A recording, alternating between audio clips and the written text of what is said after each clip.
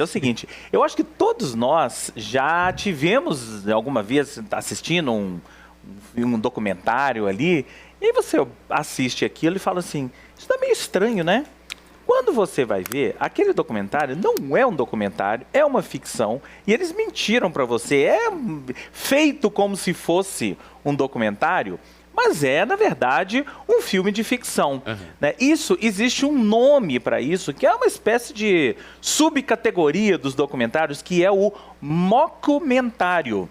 Com M mesmo. Nunca ouvi falar nisso. Que vem do inglês, é do inglês, né? Mock, que é falso, né? Documentário. Então, é um documentário falso, né?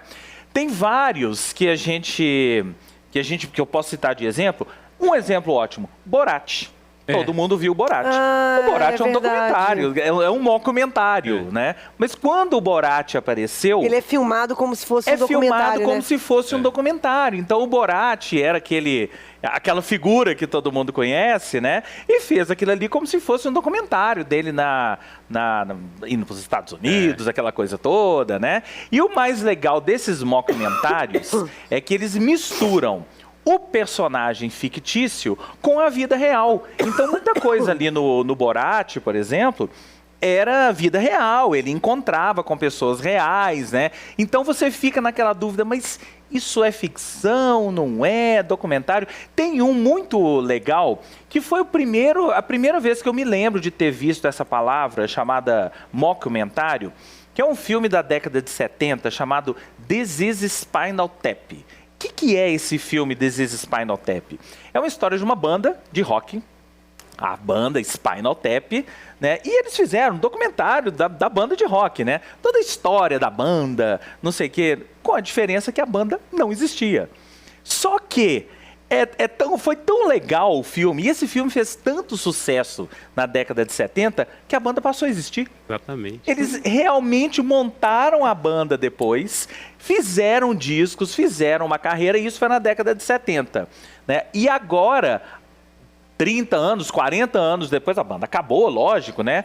Eles vão reunir e fazer a volta do Spinal Tap com um mockumentário sobre a volta do Spinal Tap e com um novo disco, né? Bizarro. Mas eu tô fazendo todo Você tá me falando isso aí, me fez lembrar agora, não é um documentário, não é nada, mas me fez lembrar quando surgiu Danilo Gentili.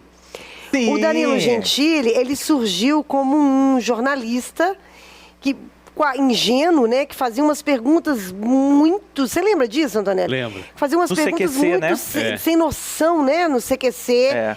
E as pessoas olhavam e falavam assim, não é possível. Que é isso? Quem é esse cara? E aí depois eles descobriam que era... tinha um personagem meio assim, né?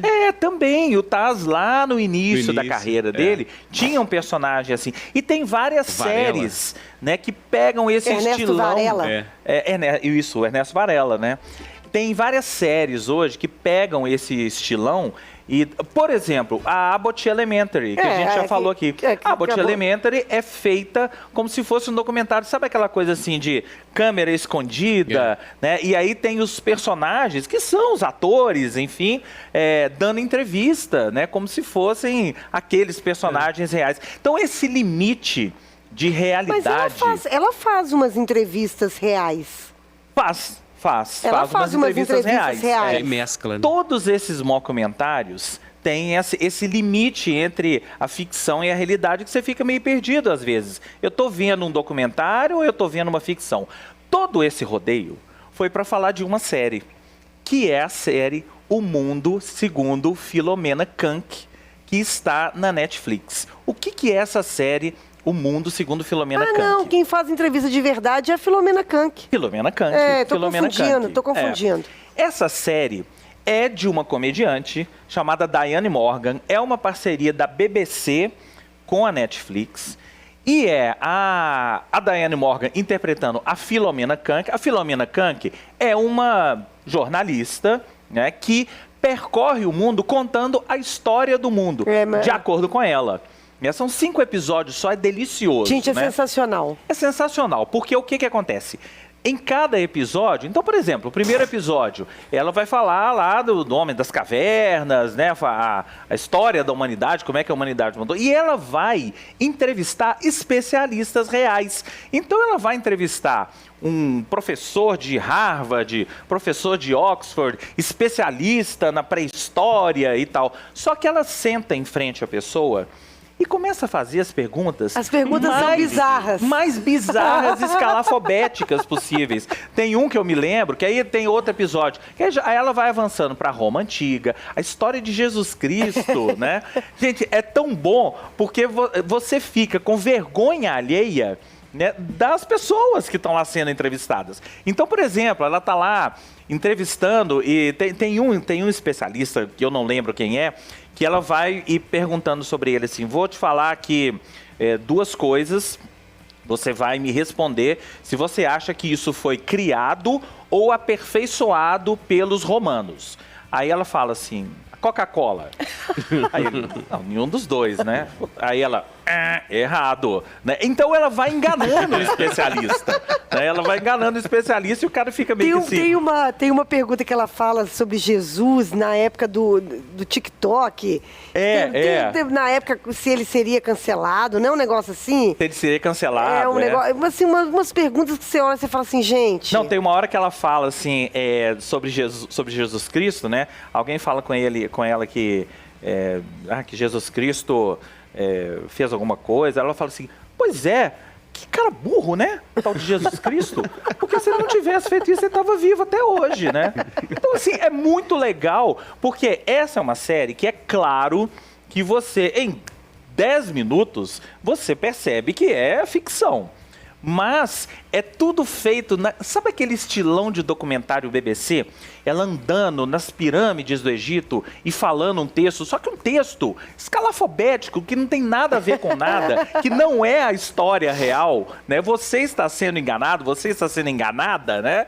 E ela vai falando esses textos e recontando a história do mundo. Já tinha tido uma série antes, mas essa série não está na Netflix, lá na BBC, que era a Grã-Bretanha por Philomena Cunk, né?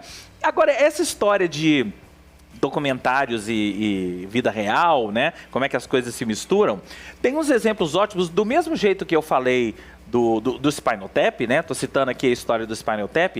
Essa série Daisy Jones and the Six, que está em cartaz agora no Prime Video, ela também tem uma ligação com o real, porque a série, as músicas existem.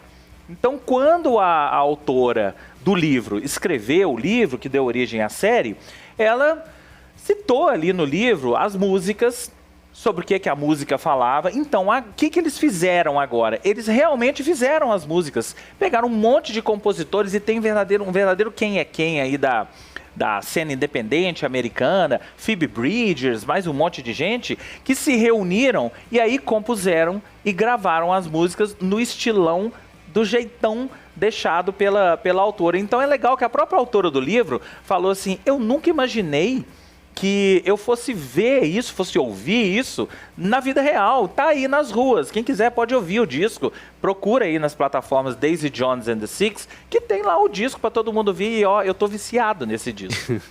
Outro filme que a gente pode falar sobre isso também, de trazer para a vida real, é o próprio Tar. Tar, que foi indicado ao Oscar, né? Enfim... tem várias... Eles fizeram várias coisas com a personagem. O Tar é focado na personagem, na Lydia Tar, que é uma maestrina, né? E eles criaram a personagem Lydia Tar na vida real.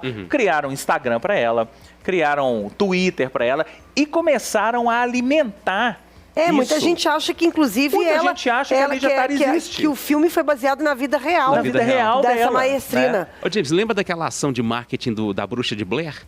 Isso, realmente também é um documentário. Também é um documentário. Quando ele surgiu como se aquilo ali tivesse de fato acontecido, exatamente, né? Ainda ficou um bom tempo. Depois é que falaram que era um filme e tal. O filme foi vendido na época como real, né? São acharam fitas, acharam a câmera, né? Acharam as fitas. Outro, atividade paranormal. Atividade paranormal, aquela coisa da câmera de segurança, né? Nas casas, que pega os movimentos ali, também foi vendido como uma coisa real. Nosso tempo acabou. A Amandinha também tá falando aqui The Office. The Office, claro. The Office é um documentário. Também. Talvez o mais sensacional de todos, né? Também é uma boa...